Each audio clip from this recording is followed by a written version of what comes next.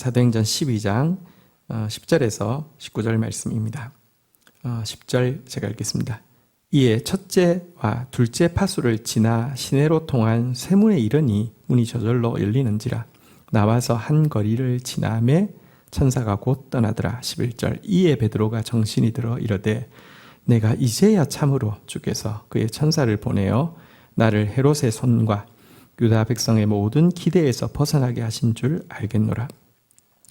베드로가 얼마나 깊이 잠들어 있었는지 여러분 깨서 옆구리를 쳐가지고요 일어나가지고요 띠를 띠고 신을 신고 겉옷을 입고 따라 나오되 첫째, 둘째 파수를 지나서 시내로 통하는 쇠문에 이르러서 그 문이 열리고 한 거리를 이제 그냥 이제 이 진영과 상관없는 한 일반 저작거리를 지나고 나서 천사가 떠나자 그제서야 하나님이 헤롯의 손에서 또 유대 백성들의 기대에서 자기를 벗어나게 한 줄 알았다 이렇게 깨닫고 있습니다. 여러분 이것은 그 얼마나 평안했는지를 다시 한번 보여주는 것이기도 하고 하나님의 역사가 얼마나 놀라운 것인지를 자기가 상상도 할 수 없는 역사임을 또 보여주는 것이기도 하죠. 자, 이렇게 정신이 든 베드로는요 12절 깨닫고 마가라 하는 요한의 어머니 마리아의 집에 가니 여러 사람이 거기 모여 기도하고 있더라. 그래서 그 마가 요한의 그 이제 다락방 우리 이제 성령의 역사에 일어난 그곳 초대교회의 기도처 그리로 이제 갔습니다. 그런데 자기는 알 수 있었습니다. 많은 사람이 거기에 와 있었고 또 기도하고 있다는 사실을 문 밖에 있지만 알게 되었습니다. 이와 같은 놀라운 구원을 이끌어낸 능력이 성도들의 합심한 간절한 중보였다는 사실을 보게 된 것입니다.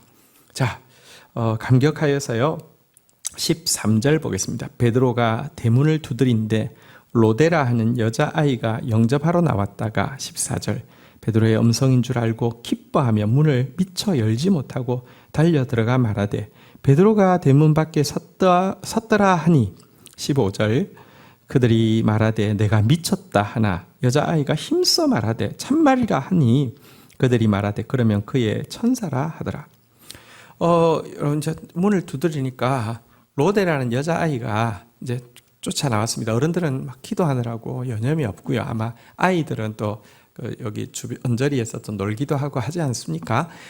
뛰어나왔는데 그래 누구세요? 하니까 나 베드로야 이렇게 이야기하니까 아이가 너무 반가운 나머지 문 여는 것도 잊어버리고 회중으로 뛰어들어와서 기도하는 사람들에게 이야기를 한 것입니다. 베드로가 왔어요. 베드로 사도께서 오셨어요. 이렇게 이야기를 한 것이죠. 그러니까 기도하던 사람들이 조용히 해 기도 시간에 너 미쳤니? 이렇게 이제 이야기를 했다는 것이죠. 그러니까 아니에요. 베드로 진짜 왔다니까요. 막 이렇게 하니까 믿음이 있어 보이는 사람이 이야기합니다. 그러면 애가 막 거짓말 하겠어요? 애도 얼마나 원하면 저런 말 하겠어요? 얘야, 네가 들은 것은 베드로의 천사가 지금 문을 두드리는 거야. 너가 베드로의 천사를 본 거야 하면서 그렇게 이야기를 했다는 것입니다. 여러분 이 기도하던 분들의 반응을 왜 이렇게 믿음이 없나 이렇게 이야기할 것은 아닙니다. 한번 생각해 보십시오. 이게 가능키나 한 말입니까?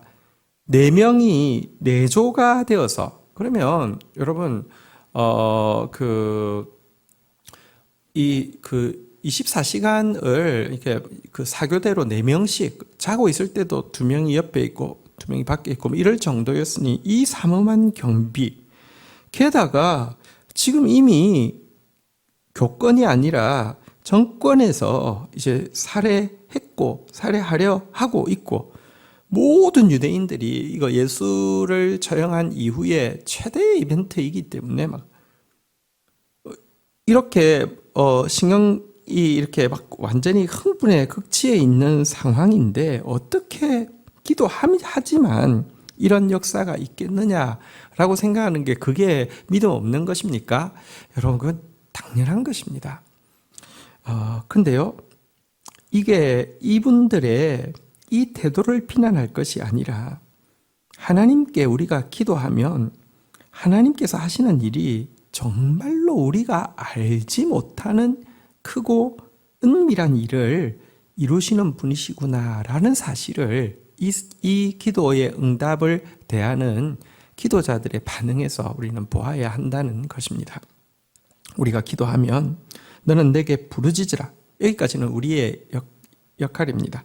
내가 내게 응답하겠고, 여기 이제 응답하고 역사하는 것은 하나님의 역할입니다. 그런데요, 응답하시면 내가 알지 못하는 크고 은밀한 일을 내게 보이리라.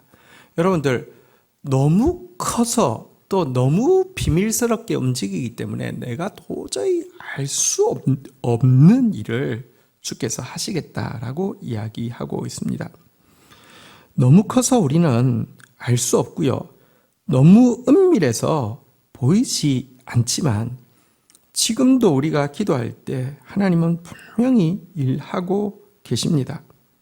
그래서 여러분들 위기의 순간에 우리가 합심하여서 간절히 기도하는 것은 절대로 이 하나님께서 일하심을 볼 수 있는 이 기회를 놓치지 않기 위해서 절대적으로 중요한 것입니다. 기도는 우리의 일이고 역사는 하나님의 일입니다. 지금 하나님이 역사하실 시간입니다. 지금은 우리가 기도할 시간입니다. 자, 이렇게 돼서 어떻게 되었습니까? 16절, 베드로가 문 두드리기를 그치지 아니하니 그들이 문을 열어 베드로를 보고 놀라는지라. 근데 이제 사실은 천사다라고 이야기했지만 아이를 위로하기 위해서 그랬던 것이지 이렇게 믿었던 것은 아닌데, 문제는 천사 같으면 문을 실질적으로 이렇게 두드리지는 않을 텐데 끝없이 두드리니까 이게 뭐야 하고 나가봤더니 정말 베드로였다는 것입니다. 자, 17절, 베드로가 그들에게 손짓하여 조용하게 하고 주께서 자기를 이끌어 옥에서 나오게 하신 일을 말하고 또 야고보와 형제들에게 이 말을 전하라 하고 떠나 다른 곳으로 가니라.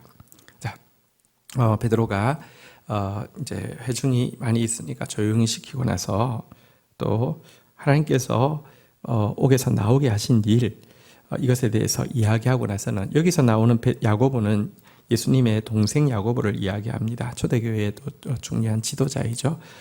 이 일을 알려라고 이야기하고는 그곳을 떠났습니다. 왜냐하고 하면 여기 있다가 혹시 이 공동체 전체에게 또 해가 될 수 있기 때문에 그러했겠죠.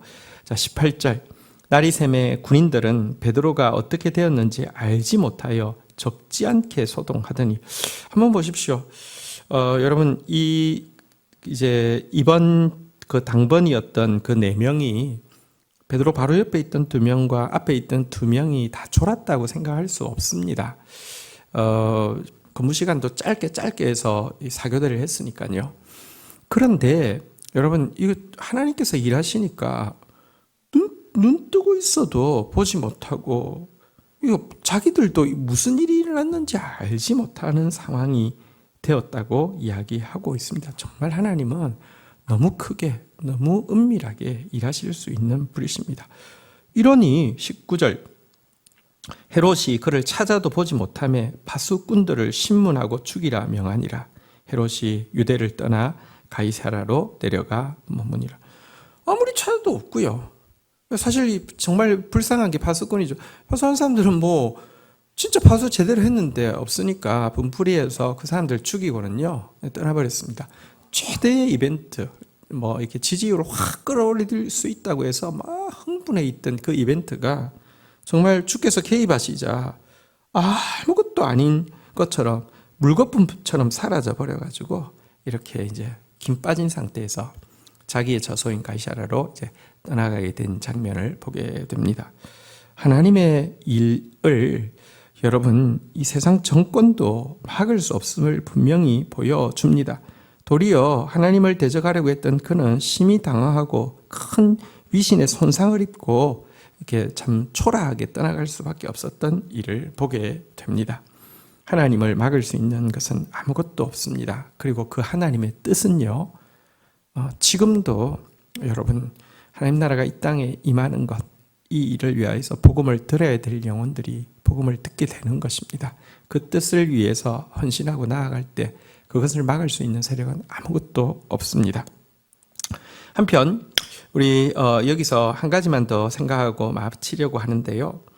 여러분, 사실 베드로에게 일어난 기적에 대해서는 우리가 참 하나님 너무 놀라운 분이십니다, 감사합니다 하면서 영광을 돌리지만, 우리 그 사도 야고보에게 일어난 일에 대해서는 너무 안타까워하고, 또 기도했다고 하면 기도했는데 응답하지 않았기 때문에 이것은 뭔가 말하기에, 고백하기에 부끄러운 일이라고 생각하기도 하고, 어쩌면 실패라고 규정하기도 합니다.